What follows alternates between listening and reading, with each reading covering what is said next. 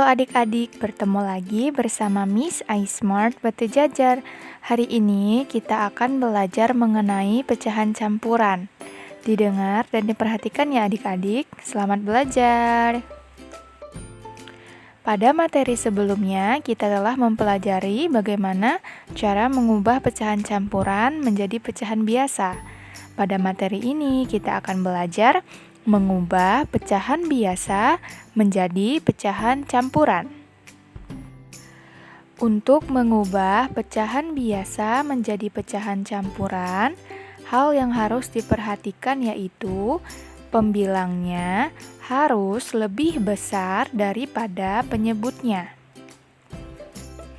Contohnya, ada 2 buah pecahan. Yang manakah pecahan yang bisa diubah ke pecahan campuran? Benar, 7/4. Karena pembilangnya 7 lebih besar daripada penyebutnya, 4. Lalu ada 2 pecahan lagi, yang manakah yang bisa diubah menjadi bentuk pecahan campuran? Benar, 6/5. 6 lebih besar daripada 5. Pembilangnya lebih besar daripada penyebut, sehingga pecahan itu bisa diubah dalam bentuk pecahan campuran. Supaya lebih paham lagi, mari kita berlatih bersama-sama. Ada bentuk pecahan 3/2. Bagaimanakah bentuk pecahan campurannya?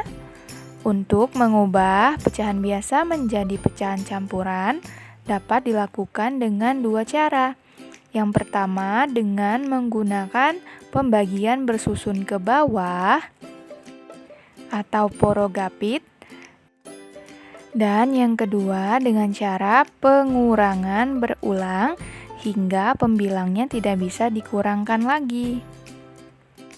Sekarang kita akan mencoba cara pertama, yaitu pembagian susun ke bawah.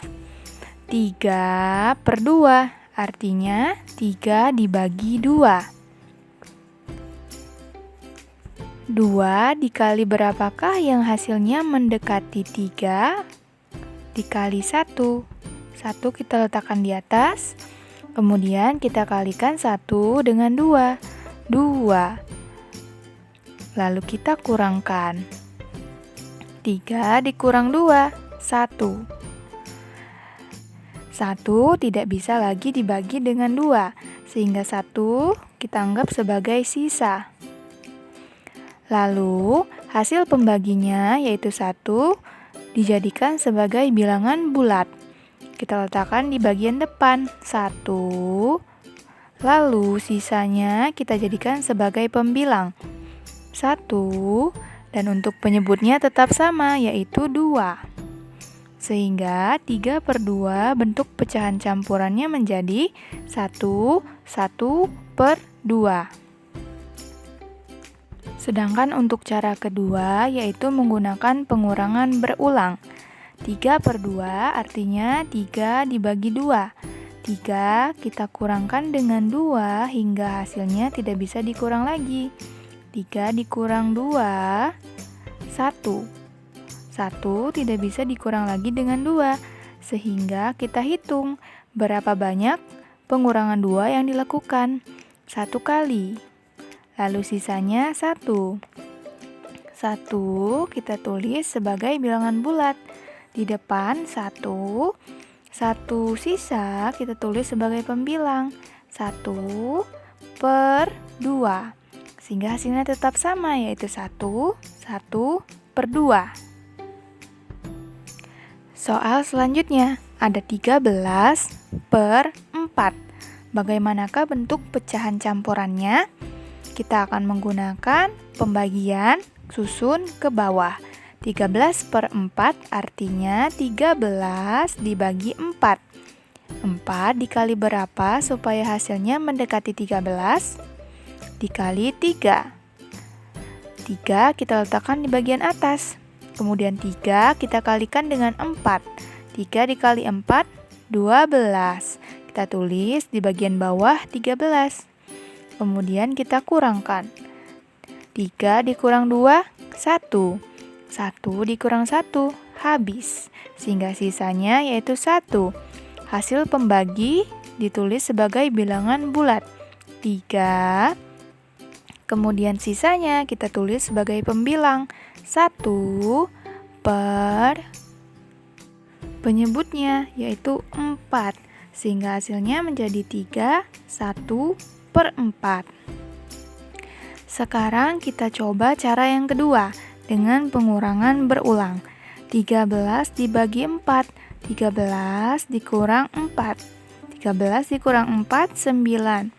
9 masih bisa dikurangkan dengan 4. 9 dikurang 4, 5. 5 masih bisa dikurangkan dengan 4. 5 dikurang 4, 1. 1 tidak bisa lagi dikurangkan dengan 4, sehingga 1 kita anggap sebagai sisa. Berapa kali pengurangan 4 yang dilakukan? 1, 2, 3. Ada 3 kali. 3 kita tulis sebagai bilangan bulat. 1 sisa kita tulis sebagai pembilang per 4. 3, 1 per 4. Soal selanjutnya, 7 per 5. Bagaimanakah bentuk pecahan campurannya? 7 per 5 artinya 7 dibagi 5. 5 dikali berapakah supaya hasilnya mendekati 7? Dikali 1. 1 dikali 5, 5. Kita tulis di bawah 7. Kemudian kita kurangkan. 7 dikurang 5, 2. 2 dibagi 5 tidak bisa. Sehingga kita anggap 2 sebagai sisa. Lalu hasil pembagiannya 1 sebagai bilangan bulat kita tulis di bagian depan. Sisa 2 kita tulis sebagai pembilang per penyebutnya 5. Sehingga hasilnya menjadi 1, 2 per 5. Cukup sekian materi kita pada hari ini. Sampai bertemu di materi selanjutnya ya. Dadah!